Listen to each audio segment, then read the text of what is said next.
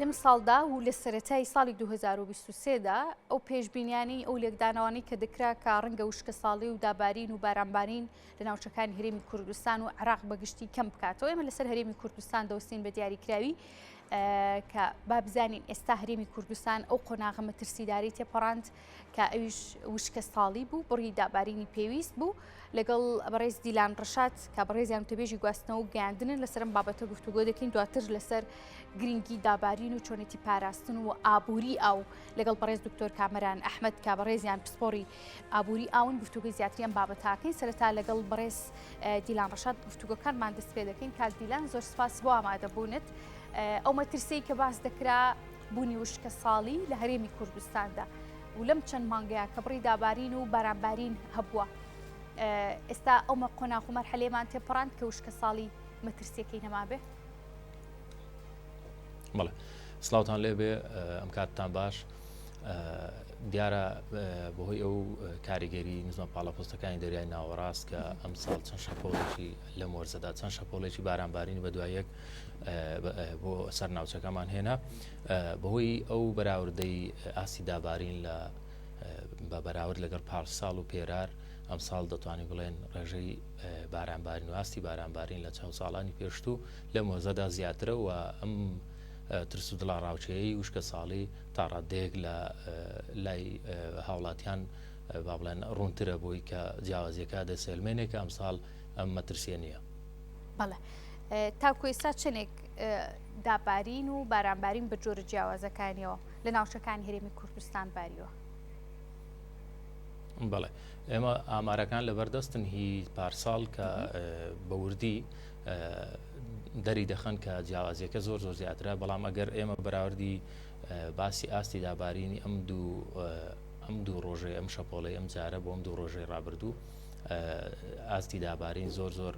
زیادی کرد بوو، بە تایبەت لە سنووری قەزا و ناحیەکانی کە نزیکی ناوچە شاخاویەکانن و لە سنتەری پارێزگاکان ئاستی بارانبارین تا ڕادێک با بڵێن زۆر نەبوو. هەولێر تا ڕادێک کەم بوو، دەتوان بڵێم هەولێر ئەوەی لەبەر دەستمان 47 ملیم بووی دوو ڕۆژی ڕابردوو، سلێمانی 114 ملیم، دهۆک 54 ملیم، کەرکووک 23 ملیم و هەڵەبجەش 57 ملیم. ئێمە بە ملیم ئەم بارانبارینی ئەم دوو ڕۆژە بوو، بەڵام ئەوەی کە ئاماری گشتی و کۆی گشتی بارانبارین ئەم وەرزە لەگەر پارساڵ زۆر زیاترە.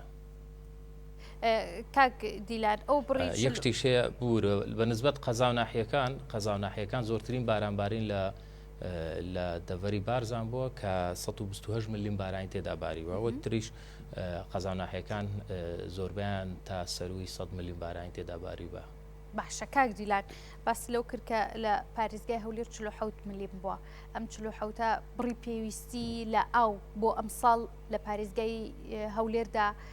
دابین دەکات یاخود ئەو مەترسی وشکە ساڵی لەوێدا هەیە؟ بەڵێ ئەم ڕێژەی کە بۆ ماوەی دوو ڕۆژ تۆمار کراوە ڕێژێکی باشە، بەڵام لە چاو پارێزگاکانی تر کە بۆ منە پارێزگای سلێمانی سەروی 100 ملیم بارانی تێدا باریوە، ئەمە جیاوازیەکە لە ڕێژەکەیە نەک لە سوودی ئەو 47 میلیمە 47 میلیمە بە پێی پێویستی ناو سنتەری پارێزگای هەولێر، چونکە ناو سنتەری پارێزگای هەولێر ئەمە ناو سنتەری پارێزگای هەولێر ڕەنگە تا ڕادەیەک سوودمەند نەبێت لە بۆ با بڵێن بابەتی کوشت و کاڵویان مەترسی وشکە ساڵی. ئەوەی تر دەوروبەر زۆربەی قەزا و ناحیەکان زیاتر سوودی بارانبارینی کوشت و کاڵی لێ دەبیندرێ، ئەمەش لەو ناوچانە زۆربەی قەزا و ناحیەکان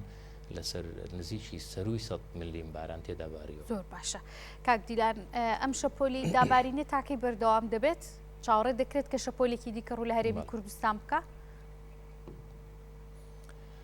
بەڵێ ئەم کاریگەری ئەم شەپۆلە بارانبارینە کە لە ماوەی دوو ڕۆژی ڕابردوودا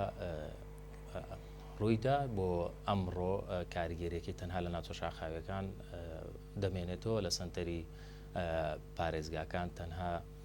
توان بڵێن پلەکانی گەرمان نزم دەبێتەوە و ئەم کاریگەریە بۆ بەیانی ڕۆژی هەینی لاواز دەبێت و بەیانی ڕۆژی هەینە و ڕۆژی شەممە پلەکانی گەرمە بەرز دەبێتەوە، ئاسمان لە نیمچە هەورەوە بۆ ئاسمانی ساماڵ دەگۆڕێ. باشە لەم مانگەدا ئیتر بڕی دابارین کۆتایی پێدێت یاخود بۆ مانگەکانی داهاتووش پێشبینی دەکرێت. بەڵێ ئێمە لە کۆتایی هەفتەی داهاتوو شەپۆڵی دیکەی بارانبارینمان هەیە کە ڕوو لە ناوچەکەمان دەکاتن و بەهۆی کە ئێمە لە وەرزی بەهارداین پێشبینیەکان بۆ بارانبارین لە وەرزی بەهار تۆزە ئەستەمە لە بەرەوەی گۆڕانکاری بەسەردادێت بۆ ئێمە لە هەبوونی ئەو شەپۆڵە بارانبارینەی هەفتەی داهاتوو ئاگادارین بەڵام ئاستی بارانبارینەکە و هێز و توانە و ئاراستەی زۆر ڕوون نییە. بەڵێ کاک دیلان کە دەڵێن دابارین تەنها بارانبارین بووە و لە داهاتوودا تەنها باران دەبێت یاخود جۆرە جیاوازەکانی دابارین بە گشتی دەگرێتەوە؟ بەوەی جێگیری پلەکانی گەرما واتە پلەکانی گەرما تا ئێستا لەم وەرزەدا تەنها شەپۆلی ڕابردوو نەبێت کە حالەتێک هەبوو کە پلەکانی گەرما زۆر دابەزی کە زۆربەی قەراغی شارەکان و هەندێک ناوچەی شاخایی بەفری تێداباری بۆ ئەم شەپۆڵی ئەم جارەش و شەپۆلی داهاتوش ئاستی با بڵێن ڕێژەی ئەو پلەکانی گەرما بۆ ئاستەدا نابەزێتن کە ببێتە هۆی حالەتی بافربارینمان هەبێتن.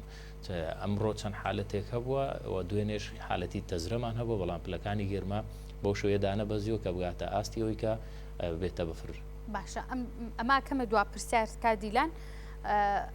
ئەم جۆری دابارینە بم شێوازە زۆر و بەخوڕا شتێکی ئاساییە کە لە ماوەی ساڵانی ڕابردوودا بارانبارین هەبوو بەڵام لەم ساڵدا زۆر باز لەوە دەکرێت کە بە شتێکی چاوەڕوان نەکرا و وەکو وەزارەتیش ناوتان هێناوە. بەڵێ ئەم حالەتانە لەم وەرزەدا زۆر شتێکی چاوەڕوان کرا و ئاساییە کە بارانبارین لەم وەرزەدا و شەپۆڵی ئەم جارش کە هات بەڕاستی چاوەڕوان دەکراوە ئێمە پێشبینیمان کرد و پێشوەختەش ئێمە هۆشداریمان بڵاو کردەوە و لایەنی پەیوەنددارمان لێ ئاگادار کردەوە کە دڵنیا بووی لەوەی کە لافاو ڕوو دەدات و بەداخەوە کە بەهۆی ئەو شەپۆڵەش چەند شوێنێک چەند قەزا و ناحەیەک لە هەرێمی کوردستان تووشی زەرەری ماڵی بوون و چەند حالەتێکی هەورە تریشخەمان هەبوو کە هاوڵاتیان تێدا گیانیان سپار بەداخەوە ئەم هۆشداریانەیمە پێشوەختیش بڵاومان کردبوو کە چاوەڕوان دەکرێت کە لافاو ڕوو بدات و کۆبنەوەی ئاو لە سەتەری پارێزگاکان ڕوو بدات و خۆشبەختانە زەرەر و زیانەکان بۆ ئاستە نەبوو کە با بڵێن تا ببێتە وێرانکەریان کارەساتی گەورە گەورەی لێ ڕوو بداتن تەنها ئەوەی تر زەرەر و زیانی ماڵی وەکو گیانی نییە. بەڵێ بەڕێز دیلان ڕەشاد و تەبێژی وەزارەتی گواستنەوە گەیاندنی هەرێم زۆر سوپاس بۆی کە لە هەولێر و میوانێم بووی.